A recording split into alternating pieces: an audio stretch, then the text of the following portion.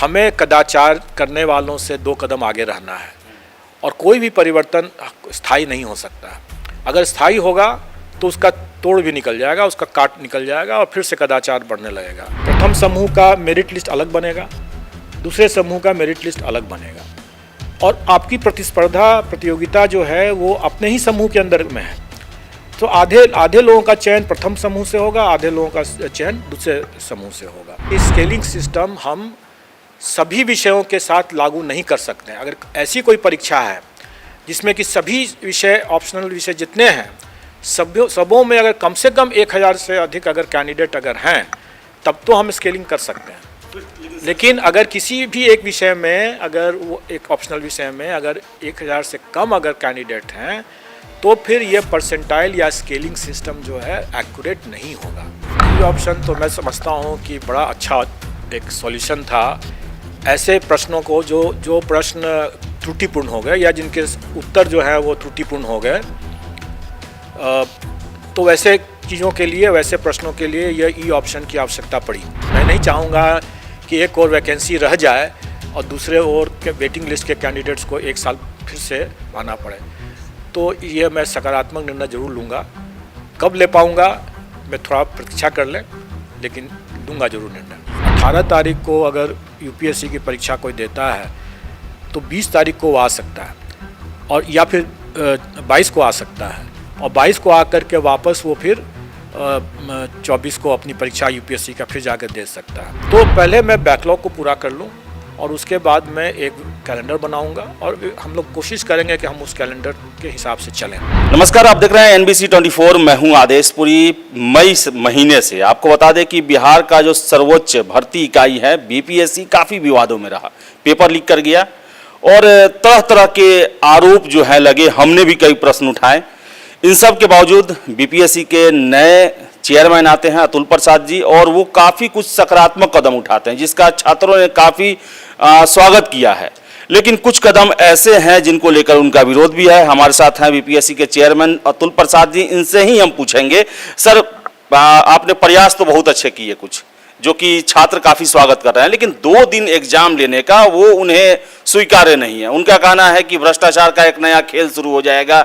EBC का प्रश्न है, रिजर्वेशन का प्रश्न है। अगर आप 3 लाख बात करते हैं एक फेज में तो उसमें हो सकता है कि ज़्यादा महिलाएं हो, दूसरे फेज में कम हो। तो ये सारे जो कट ऑफ पर जो है जो 10,000 संख्या है इस पर इसका असर पड़ेगा।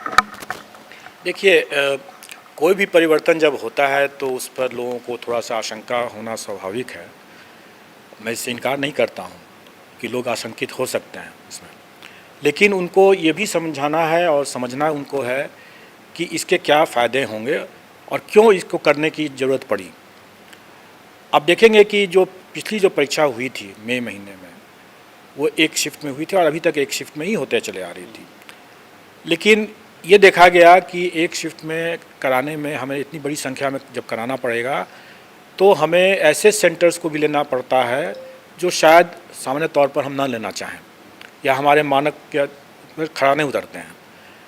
और यही कारण है कि जो मई महीने में जो परीक्षा हुई वो लीक हो गया, उसमें वायरल हो गया और सेंटर की तरफ से गड़बड़ी हुई, जिसका पूरा दुष्परिणाम यह निकला कि पूरी परीक्षा को कैंसिल करना पड़ा।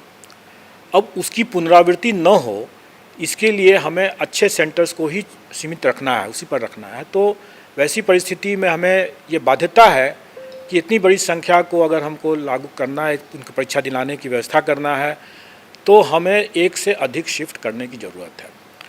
अब इस बाध्यकारी परिस्थिति को अगर हम देखते हुए हम समझें इस बात को कि इसमें जो आशंकाएं हैं, एक आशंका लोग करते रहे हैं कि भाई हमारा प्रश्न हमारे ग्रुप में हो सकता है कि हमारा एक प्रश्न हमारा क्वालिटी कम हो, किसी में ज़्यादा कठोर प्रश्न हो जाए। तो वैसी स्थिति में आप देखेंगे कि 2 अलग अलग एक तरह से समूह बन गया। प्रथम समूह का मेरिट लिस्ट अलग बनेगा, दूसरे समूह का मेरिट लिस्ट अलग बनेगा और आपकी प्रतियोगिता जो है वो अपने ही समूह के अंदर में है। तो आधे लोगों का चयन प्रथम समूह से होगा, आधे लोगों का चयन दूसरे समूह से होगा। इसलिए जो अगर किसी एक का प्रश्न पत्र अगर कोई कठिन हो गया, किसी का सरल हो गया तो उससे कोई फर्क नहीं पड़ने वाला है। अब दूसरी बात यह है कि जैसे आपने कहा कि किसी में ईबीसी ओबीसी की संख्या ज़्यादा हो जाएगी, किसी में कुछ और हो जाएगा। तो एक तो पहली बात कि इतनी बड़ी संख्या है 3 लाख, 3 लाख में हम लोग उसको 6 लाख टोटल है, उसमें 3 लाख अगर आधे लोगों को एक साइड में लेते हैं तो हम उसको रैंडमली अगर सेलेक्ट करते हैं तो हमारा बाय एंड लार्ज वो उम्मीद की जाता है कि जिस अनुपात में लोगों ने आवेदन दिया है, जिस कैटेगरी के लोगों ने आवेदन दिया है, उसी अनुपात में वो आधा आधा बढ़ जाएगा। लेकिन आपने अच्छा किया कि इस ओर ध्यान आकृष्ट करा दिया, तो हम लोग इस पर विशेष ध्यान रखेंगे कि ये अनुपात जो है मेंटेन रहे दोनों ग्रुप में, इसका हम लोग ध्यान रखेंगे। सर एक और आगे का सर बहुत महत्वपूर्ण प्रश्न है, और ये बिहार के जो यूनिवर्सिटी से पढ़ाई करने वाले, हिंदी मीडियम से पढ़ाई करने वाले, ह्यूमैनिटी से पढ़ाई करने वालों का है कि बीपीएससी स्केलिंग व्यवस्था क्यों नहीं लाती है। जैसे कि एग्जाम्पल में सर, इस साल ही जो टॉपर हैं उनका 300 में 290 नंबर है, मैथमेटिक्स है। 64वीं में भी 1-2 रैंक का यही हाल रहा, 280 के आसपास नंबर मिला। उनका कहना है कि अगर हम ह्यूमैनिटी से देंगे तो बेहतर प्रदर्शन करने के बावजूद भी हम 200 प्लस नहीं ला सकते हैं, लेकिन मैथ वालों जो है वो ठीक ठाक प्रदर्शन करने पर भी 200 के आसपास ला देते हैं और मैक्सिमम नंबर की गुंजाइश है। ऐसे में उनके साथ अन्याय हो रहा है। देखिए, अभी ये दोनों परस्पर विरोधी प्रश्न हो जाते हैं, मांगे हो जाती हैं।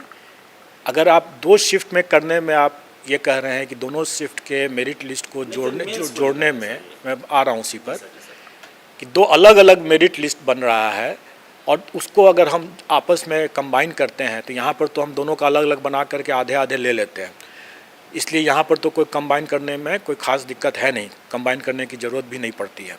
लेकिन कंबाइन करने का जो भी 2 अलग अलग मेरिट लिस्ट का अगर कंबाइन करने का एकमात्र तरीका यही है परसेंटाइल का। और जैसे आप सब्जेक्ट्स का जब स्केलिंग की बात आप करते हैं तो उसमें आप परसेंटाइल सिस्टम के बिना आप इसको नहीं कर सकते। दोनों में अलग अलग मार्किंग होगा, अलग अलग सिस्टम से मार्किंग होगा, क्वेश्चंस अलग हो जाएंगे, मैथ्स के क्वेश्चन अलग हो जाएंगे, पॉलिटिकल साइंस के क्वेश्चंस अलग डेफिनेटली रहेंगे, उनकी मार्किंग भी अलग अलग जैसे आप स्वयं कह रहे हैं। तो नेचुरली इन दोनों को अगर आप जो स्केलिंग कर रहे हैं वो परसेंटाइल ही सिस्टम है या स्केलिंग का है, उसमें लागू करना ही पड़ेगा। तो एक और इस परसेंटाइल सिस्टम की आप डिमांड कर रहे हैं स्केलिंग के लिए, और दूसरी ओर जब शिफ्ट वाले में जबकि उसमें हमें कोई दोनों को कंबाइन करने की ज़रूरत भी नहीं है, लेकिन वहाँ पर आप परसेंटाइल सिस्टम को आप विरोध कर रहे हैं। तो दोनों थोड़ा सा, इसलिए मैं कह रहा हूँ कि दोनों विरोधाभास है। पहली बात इसको समझना होगा कि दोनों ही जगह पर ये चीज़ परसेंटाइल सिस्टम काम कैसे करता है। परसेंटाइल सिस्टम एक स्टैटिस्टिकली करेक्ट सिस्टम है, ये तभी काम अच्छा कर सकता है जबकि बड़ी संख्या में लोग हों। अगर हमारा एक विषय पॉलिटिकल साइंस है, उसमें बड़ी संख्या में कैंडिडेट्स देते हैं, ठीक है, वो अच्छा है। लेकिन अगर मान लें कोई दूसरा विषय है जिसमें सिर्फ 5 ही कैंडिडेट हैं, तो ये दोनों का मेरिट लिस्ट को कंबाइन करना परसेंटाइल सिस्टम से ये करेक्ट नहीं होगा। और यही कारण है कि स्केलिंग सिस्टम हम सभी विषयों के साथ लागू नहीं कर सकते हैं। अगर ऐसी कोई परीक्षा है जिसमें कि सभी विषय, ऑप्शनल विषय जितने हैं, सबों में अगर कम से कम 1000 से अधिक अगर कैंडिडेट अगर हैं, तब तो हम स्केलिंग कर सकते हैं। लेकिन अगर किसी भी एक विषय में, अगर वो एक ऑप्शनल विषय में अगर 1000 से कम अगर कैंडिडेट हैं, तो फिर ये परसेंटाइल या स्केलिंग सिस्टम जो है एक्यूरेट नहीं होगा। तो फिर तो सर बहुत सारे छात्रों के साथ अन्याय हो सकता है, कुछ को फायदा भी बहुत ज़्यादा हो सकता है इससे। देखिए, फिलहाल इसका समाधान अभी हम तुरंत नहीं बता सकते हैं कि क्या होगा, क्योंकि अब लंबे समय से ये चला आ रहा है। अब उस परसेंटाइल सिस्टम के प्रति जो अनावश्यक जो विरोध हुआ, उसको देख के तो लगता है कि मुझे कि थोड़ी इसमें और प्रतीक्षा करनी पड़ेगी। ऐसे मैं चाहता था कि स्केलिंग कर दूं, लेकिन पहले कैंडिडेट्स लोग इस परसेंटाइल या स्केलिंग सिस्टम के प्रणाली को समझ नहीं पा रहे हैं। पहले उनको इस बात को समझना बहुत ज़रूरी है कि ये कैसे काम करता है, और उसके बाद ही हम इस ऐसे कोई सब्जेक्ट वाइज इसको अगर हम परसेंटाइल या स्केलिंग करने की जो बात कर रहे हैं, उसके बाद ही हम इसको लागू कर पाएंगे। सर एक बहुत बड़ी समस्या जो बीपीएससी के साथ जुड़ी है, मैं पिछले 15 सालों से इस आयोग का या तो स्टूडेंट रहा हूं, कैंडिडेट रहा हूं, और अभी न्यूज़ में भी यही बिट मेरा है। तो सर गलत क्वेश्चन बीपीएससी पीटी में बहुत बड़ा समस्या रहा है। 48वीं से 52वीं में 14 क्वेश्चन हटाया गया, हर एक साल लगभग कुछ न कुछ प्रश्न हटाए गए। इसी कारण मुकदमेबाजी हुई। आयोग के द्वारा ई ऑप्शन लाया गया, बड़ा ही प्रॉब्लम होता है ई ऑप्शन से। तो सर प्रश्नों को लेकर सर क्या आप कोई नया सुधार करने वाले हैं कि प्रश्न सटीक हो? ई ऑप्शन को लेकर आपके क्या विचार हैं सर? ई ऑप्शन तो मैं समझता हूं कि बड़ा अच्छा एक सॉल्यूशन था। ऐसे प्रश्नों को जो प्रश्न त्रुटिपूर्ण हो गए या जिनके उत्तर जो है वो त्रुटिपूर्ण हो गए, तो वैसे चीज़ों के लिए, वैसे प्रश्नों के लिए यह ई ऑप्शन की आवश्यकता पड़ी। जैसे अगर किसी एक प्रश्न का अगर 2 उत्तर है सही और हमने ऑप्शन दे रखा है कि ABCD सिर्फ दे रखा है, तो स्वाभाविक है कि वो प्रश्न गलत हो गया, क्योंकि जब उसके 2 उत्तर हैं तो उसका ऑप्शन हमने दिया ही नहीं।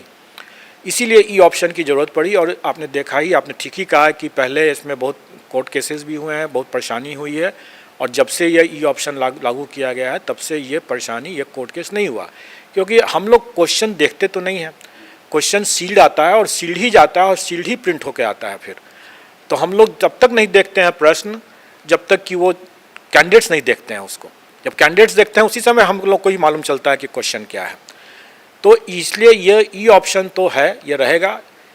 मैं समझ सकता हूँ, क्योंकि मैं भी तो कभी न कभी पास्ट में स्टूडेंट रहा हूँ, और कई बार ऐसा होता है कि मुझे ABCD आंसर नहीं मालूम है तो अंदाज से मैं गेस वर्क करता हूँ।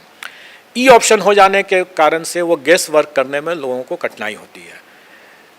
तो उसमें यहाँ पर तो आपको नेगेटिव मार्किंग नहीं है, आप इंटेलिजेंट गेसिंग आप फिर भी कर सकते हैं, वो आप करें।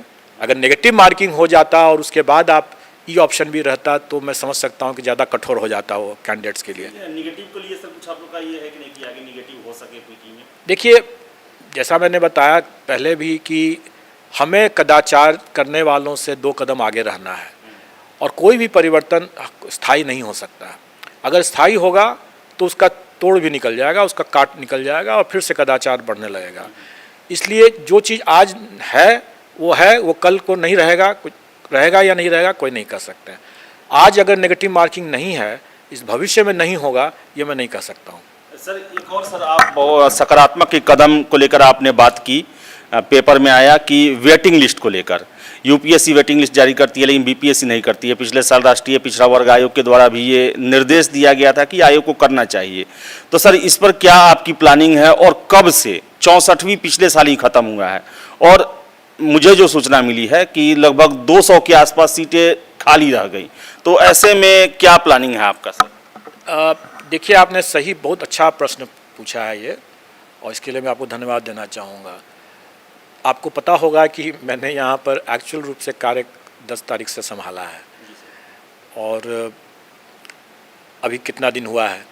ये प्रॉब्लम, ये समस्या मेरे समक्ष अभी आया है, और मुझे उम्मीद है कि इसका सकारात्मक निर्णय होगा। क्योंकि एक मामले में ऐसी बात आई थी, माननीय सर्वोच्च न्यायालय ने लोहार जाति को शेड्यूल ट्राइब से हटा करके उसको वापस EBC कैटेगरी में डाला था, और उसके कारण से शेड्यूल ट्राइब का एक पद जो था वो रिक्त रह जा रहा था। उसके लिए मुझे वेटिंग लिस्ट वाली जो बात आप कर रहे हैं, मुझे नीचे उतर करके फिर से उनको वेटिंग लिस्ट में से इंटरव्यू करना की एक बात हो रही थी कि उसको किया जाए, और फिर से उनका वेटिंग लिस्ट से इंटरव्यू करके और फिर चयन करके उस रिक्ति को भर दिया जाए, या इसको छोड़ दिया जाए और अगले साल के लिए किया जाए। तो अभी आयोग ने यह निर्णय लिया, अभी 17 तारीख को ही हम लोगों ने ये सारे निर्णय लिए कि किसी भी कैंडिडेट का 1 साल बर्बाद नहीं करना चाहिए, और वेटिंग लिस्ट में से लोगों को कंसिडर करना चाहिए, चाहे एक ही वैकेंसी क्यों ना हो, लेकिन कम से कम एक कैंडिडेट का तो उसमें जो वेटिंग लिस्ट में जो भला हो सकता है। तो हम लोगों ने निर्णय लिया और वो हम इस बार लागू कर रहे हैं। उन तीन कैंडिडेट्स को हम बुलाएंगे, मतलब 3 गुना हम बुलाते हैं इंटरव्यू के लिए। उसमें से लिस्ट में से हम लोग 3 गुना लोगों को बुलाएंगे, इंटरव्यू लेंगे, और उसके बाद उसमें से जिसका चयन होगा उसको हम लोग अपॉइंटमेंट लेटर की बात करेंगे। ये आगे की परीक्षा के लिए होगा, ये पीछे की परीक्षा में आप कर सकते हैं? 65-66 हुआ है। मैंने बताया कि ये एक विशिष्ट मामला मेरे संज्ञान में उसी दिन आया था, 17 तारीख को, और आज हम लोग 23 तारीख को बैठ रहे हैं। सारे चीज़ों को मैं धीरे धीरे जरूर निपटा लूँगा, और मैंने कहा ही कि मैं इसको सकारात्मक दृष्टिकोण रखता हूँ इस पॉइंट में। मैं नहीं चाहूँगा कि एक और वैकेंसी रह जाए और दूसरे और के वेटिंग लिस्ट के कैंडिडेट्स को 1 साल फिर से आना पड़े। तो ये मैं सकारात्मक निर्णय जरूर लूँगा। कब ले पाऊँगा मैं थोड़ा प्रतीक्षा कर लें, लेकिन लूँगा जरूर निर्णय। जी सर, एक सबसे महत्वपूर्ण चीज़ सर, कैलेंडर। बीपीएससी कैलेंडर 2-3 सालों से जारी कर रही है। अफसोस एक भी कैलेंडर अपने समय पर नहीं हो पाया, फेल किया सारा। अभी भी 18 जून को ऐसा अजीब कैलेंडर आया जो कि पीटी और मेंस जो बचे हुए परीक्षा हैं 6 महीने का कैलेंडर था, उसको लेकर सर आप क्या रणनीति बनाएंगे कि कैलेंडर पूरे साल का जारी हो और फिर से उसको पूरा भी किया है, सबसे महत्वपूर्ण पूरा किया जाए, इसको लेकर क्या प्रयास रहेगा? देखिए, अभी मेरे पास जो मामला था उसमें 2 साल 2.5 साल से भी पुराने लंबित मामले थे, जिनका कि हमें परीक्षा भी लेना है और उसका इंटरव्यू करना है, रिजल्ट निकालना है वगैरह वगैरह। तो हमारा जो प्राथमिकता हमारी जो रही है अभी फ़िलहाल, ऐसे मामलों को हम पहले निपटाएं। तो आपने देखा होगा कि नवंबर तक का हम लोगों ने बुक किया है वैसे मामले जो 2.5 साल से पेंडिंग थे, और आगे भी और भी जो बचे रह जाएंगे उनको भी हम दिसंबर माह तक में। तो हमारी प्राथमिकता है कि जितने बैकलॉग हैं वो पहले मैं दिसंबर तक में इसको पूरा करूं। अब जहां तक भविष्य की बातें हैं कि नए मामले आते हैं और कैलेंडर एक बनना चाहिए, बिल्कुल बनना चाहिए। मेरा ये मानना है कि हम जब कैलेंडर बनाते हैं तो पूरा एंड टू एंड बनाएं, मतलब कि आप उसका अगर पीटी है तो पीटी, मेंस, इंटरव्यू और फाइनल रिज़ल्ट, ये सारे चीज़ का जैसे हमारे समय में भी यूपीएससी में होता, अभी भी होता है, इससे सबको सहूलियत होती है और हम भी एक टाइम बाउंड तरीके से उस डिसिप्लिन से हम लोग काम कर सकेंगे। तो पहले मैं बैकलॉग को पूरा कर लूँ और उसके बाद मैं एक कैलेंडर बनाऊंगा और हम लोग कोशिश करेंगे कि हम उस कैलेंडर के हिसाब से चलें। लेकिन ये बात भी सही है कि प्रैक्टिकल कहीं कहीं पर डिफ़िकल्टी आती है और उसके कारण से कुछ ऐसे कारण आ जाएंगे जिस हम लोग को चेंज करने, तो थोड़ा बहुत परिवर्तन हो सकता है, ज़्यादा परिवर्तन उसमें नहीं होगा। सर आपके आने से आपका जिस दिन ज्वाइनिंग होगा 5 अगस्त, उससे 2 दिन पहले बीपीएससी 66 का रिजल्ट फाइनल घोषित किया गया। पोस्ट प्रेफरेंस को लेकर छात्रों का जो सिलेक्टेड हैं, जैसे कि रैंक 5 पे जो हैं उन्होंने पहला अपना पुलिस सेवा दिया था, उनको नहीं मिला। रैंक 9 जो हैं उन्होंने मुझे इंटरव्यू में बताया कि मेरा ऑलरेडी यूपीएससी में हम पुलिस सेवा के लिए इंटरव्यू भी दिए थे, फाइनल नहीं हुआ। उनका 9 रैंक है, उनका 5वां जो चॉइस है वो कन्फर्म हुआ। फिर से रैंक 42 है। बहुत सारे कैंडिडेट्स का कहना है कि हमें अपने मनचाहा पद नहीं मिले मेडिकली फिट होने के बावजूद भी। सर इसको लेकर कुछ सर आपको सर जानकारी सर मिली है सर? मैं क्षमा चाहूँगा क्योंकि ये मेरे संज्ञान में नहीं लाया गया अभी तक। आप पहली बार आप इस बात को आप रेज़ कर रहे हैं। ये मुझे जानकारी जरूर थी कि कई परीक्षाफल जो लंबित थे उनको घोषित किया गया था, मेरे योगदान के पूर्व किया गया था, जो कि स्वाभाविक भी होना भी चाहिए था। अगर लंबित था तो हो ही जाना चाहिए था। लेकिन ये जो पोस्ट का जो सिलेक्शन की जो बात आप कर रहे हैं कि अपने 5th ऑप्शन को उन्होंने दिया, ये मेरे जानकारी में नहीं है। 9 रैंक पर 5th ऑप्शन उनका चॉइस मिला है, पहला पुलिस सेवा नहीं मिला। फिर रैंक 5 जो है वो भी हमारे इंटरव्यू में हमारे साथ बोले, वो रैंक 42 है। उनका कहना है कि मेरे कैटेगरी में मेरे बाद वालों का डीएसपी मिला, मेरी पहली प्राथमिकता थी लेकिन नहीं मिल पाया, ऐसा उन लोगों का कहना है। तो सर इस पर रिव्यू सर होना जरूरी है सर, क्योंकि आप अभी तुरंत मुझे आप ये बता रहे हैं, मुझे अभी तुरंत जानकारी आपने दिया है, तो मैं इस पर अभी कुछ भी कमेंट नहीं कर पाऊँगा। लेकिन मैं इतना ज़रूर कहूँगा कि मैं इसको चेक करूँगा और जो उचित होगा वो कैंडिडेट्स के हित में और उनके इन ऑर्डर ऑफ मेरिट उनके हित में ही मैं निर्णय लूँगा। सर अंतिम प्रश्न, क्या बीपीएससी में खबरें चलती हैं कि लूप होल्स आ गए हैं, जैसे कि अब पेपर में ही सभी जगह खबर आता है, हम लोग भी चलाए थे कि जांच जो चल रहा है सर सर्टिफिकेट से रिलेटेड, क्या लगता है सर पूरी व्यवस्था में चेंजिंग की जरूरत और आपकी प्रथम प्राथमिकता इस पद पर रहते हुए क्या रहेगी सर? देखिए, कोई भी सिस्टम अगर एक ही तरीके से चलते रहता है तो उसमें लूपहोल ढूंढने वाले ढूंढ ही लेते हैं, और इसीलिए मैंने कहा कि परिवर्तन तो होते रहना भी चाहिए और कोई भी परिवर्तन स्थायी नहीं होना चाहिए। अगर कोई परिवर्तन में अगर 20 साल पहले कोई सिस्टम इंट्रोड्यूस किया गया तो उसको आज के तारीख पर तो निश्चित तौर पर उसमें कुछ परिवर्तन करना आवश्यक है। ज्वाइन करने के बाद सबसे पहले मेरी यह प्राथमिकता थी कि जो सिस्टम में जो लूपहोल था, क्योंकि जिस पृष्ठभूमि में मैंने यहाँ योगदान दिया वो आप जान ही रहे हैं कि परीक्षा वायरल होने के कारण से स्थगित करना पड़ा, तो हमें सबसे पहला देखना यह था कि क्या क्या इसमें लूपहोल है, या हो सकता है कि अभी गड़बड़ी वैसी नहीं हो रही हो, लेकिन संभावनाओं से इनकार नहीं किया जा सकता है। इसलिए उसको ध्यान में रखते हुए जो मैंने अध्ययन किया, यूपीएससी के भी सिस्टम से जाकर के वहाँ पर मैंने बातचीत किया कि कैसे वहाँ का व्यवस्था है और यहाँ की व्यवस्था को मैंने देखा। जो मेरी समझ में जो परिवर्तन अभी आवश्यक थे तत्काल, वो मैंने अभी जो पब्लिक डोमेन में मैं दे सकता हूँ वो मैंने पब्लिक डोमेन में दे दिया है। लेकिन जो परिवर्तन आवश्यक थे, जो एक तरह से कहा जाए कि पर्दे के पीछे जो आवश्यक परिवर्तन थे वो उन परिवर्तनों पर भी मैंने निर्णय ले लिया है और एक ही साथ निर्णय लिया है और उन पर भी कार्य हो रहे हैं, लेकिन उन कार्यों का मैं खुलासा नहीं कर सकता हूं क्योंकि वो कार्य पब्लिक डोमेन में डालने की आवश्यकता नहीं है, वो गोपनीय मामले हैं। लेकिन मैं इतना ही आश्वस्त करना चाहूँगा कि उन पर भी हमारी दृष्टि है और उन पर भी हम परिवर्तन कर चुके हैं और वो परिवर्तन का हमें सार्थक परिणाम भी नज़र आएगा। एक चीज़ मैं फिर से दोहराना चाहूँगा कि मैंने प्रयास किया है कि पूरी पारदर्शिता बरती जाए और इसके लिए और चेक हो, काउंटर चेक हो, ये सब हो। आपने देखा होगा कि जब फाइनल रिज़ल्ट जब बनेगा, लेकिन उसको घोषित करने के पूर्व हम उसके एप्लीकेशन से लेकर के उसका पीटी का ओएमआर शीट हो, मेंस की कॉपी हो, इंटरव्यू बोर्ड का मार्किंग हो, वो सारे को हम एक इंडिपेंडेंट कमिटी से एक टीम बना देंगे, इंडिपेंडेंट रहेगा वो टीम, उससे हम उसकी रीचेकिंग करेंगे। रीचेकिंग रीवैल्यूएशन नहीं होगा। रीचेकिंग का मतलब ये हुआ कि अगर उसमें कहीं कोई त्रुटि है, जैसे मैनिपुलेशन है, ओएमआर शीट में वाइटनर लगा करके अगर किसी ने कर लिया, मशीन ने उसको नहीं देखा और उसका हो गया उसके कारण से, तो ऐसी जितनी भी त्रुटियां हैं उसको वो कमेटी चेक करेगा और चेक करने में जहां भी संशय के मामले होंगे वो कमीशन का ध्यान आकृष्ट करेगा वो कमेटी, और उसको देखने के बाद, समझने के बाद ही कमीशन निर्णय लेगा और उसके बाद ही परीक्षाफल घोषित होगा। क्योंकि आपने जैसे बताया कि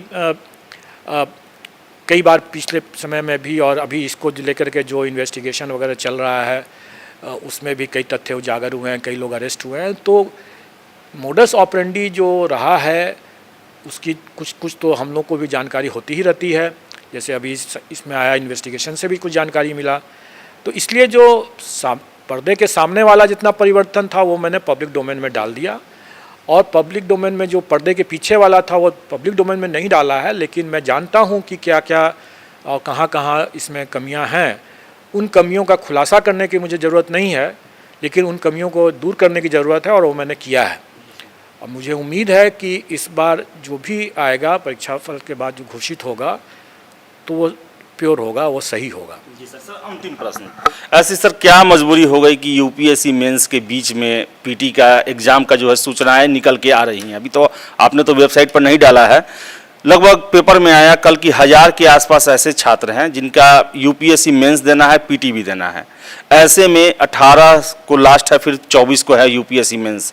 तो 18 को कोई जयपुर देता है तो उसका अररिया सेंटर पड़े, पूर्णिया सेंटर आना मुश्किल है, या फिर 22 को देकर अररिया पूर्णिया से फिर जयपुर या भोपाल जाकर 24 को मेंस देना भी बड़ा मुश्किल है। तो सर कोई और डेट नहीं हो सकता था? इसको लेकर छात्रों का कहना है। देखिए, डेट्स तो कुछ भी डेट हो सकता है, अब 2 महीने बाद, 3 महीने बाद। प्रश्न यह उठता है कि हम 6 लाख स्टूडेंट्स का भविष्य हम इसी तरह से अधर में लटकाए रखे रहें। हमने देखा कि 18 तारीख को परीक्षा है यूपीएससी का, फिर उसके बाद 24 को परीक्षा है और उसके बाद फिर 25-26 कहीं ना कहीं किसी जैसे पड़ोसी राज्य का भी परीक्षा उसी के ठीक बाद में है। हमें डेट नहीं है, फिर पूजा की छुट्टियां हो जाएंगी, फिर पूजा में लोग चले जाएंगे, इतना ज़्यादा विलम्ब होता चला जाएगा। तो हमने देखा कि अगर ये 18 तारीख को अगर यूपीएससी की परीक्षा कोई देता है तो 20 तारीख को वो आ सकता है और या फिर 22 को आ सकता है और 22 को आकर के वापस वो फिर 24 को अपनी परीक्षा यूपीएससी का फिर जाकर दे सकता है। आने जाने में थोड़ा कष्ट जरूर होगा, लेकिन ये असंभव नहीं है, पहली बात।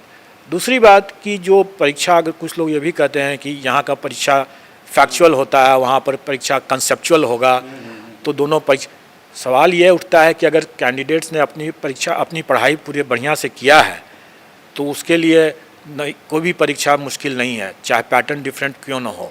पीटी की परीक्षा में फैक्चुअल तो होना ही है कि उसमें ABCD ऑप्शन रहते ही हैं। अगर आपने मेंस के लिए भी पढ़ाई किया है तो ऐसा तो नहीं है कि आपने पिछले पढ़ाई को आप भूल गए हैं, ऐसी बात नहीं होती है। मैं भी स्टूडेंट रह चुका हूँ, मैं भी एक साथ कई परीक्षा देता हूँ। बहुत ज़्यादा प्रश्न रहते हैं और उसके लिए तैयारी करनी होती है। HTBR के करंट ये सब जो है, यूपीएससी में इसका ज़रूरत नहीं होता है सर? बिल्कुल ज़रूरत नहीं होता है, लेकिन ऐसा तो नहीं कर सकते हैं ना कि मैंने जो तैयारी किया मैं फिर सारा भूल गया। भूलता तो नहीं है ना, अगर आप अच्छी से तैयारी करेंगे तो आप दोनों काम कर सकते हैं। मल्टीटास्किंग मल्टीपल एग्ज़ाम्स लोग देते ही हैं, ऐसा नहीं है कि नहीं देते हैं। हमें बीपीएससी में आप बोल रहे हैं कि नहीं देना चाहते हैं, लेकिन मैं जानता हूं कि वही बच्चे जो होंगे वो यूपीपीएससी भी दे रहे होंगे, वही कैंडिडेट्स एमपीपीएससी भी दे रहे होंगे। उस किसी का पीटी, किसी का मेंस, वो तो चलता ही है। उसमें से कुछ ऐसे भी छात्र होंगे जो कि इंजीनियरिंग सेवा भी दे रहे होंगे, तो सबके तो अलग अलग प्रश्न होंगे। सबकी समय यही है, पढ़ाई तो करते ही हैं, इसलिए वो असंभव नहीं है। एक बात ज़रूर है, वैसे मैं उसका दावा नहीं करता हूँ, कोशिश ज़रूर कर सकता हूँ कि अगर 20 और 22 में से अगर कोई कैंडिडेट अपना कोई विशेष, हम लोग तो रैंडम दे देंगे उसको, लेकिन अगर कोई अपना डेट चेंज करने का अगर अपना कोई आवेदन देना चाहता है तो हम कोशिश करेंगे यथासंभव हम उसको 20 और 22 में से किसी एक में उसको उसके चॉइस के हिसाब से एडजस्ट कर सकें तो कर दें।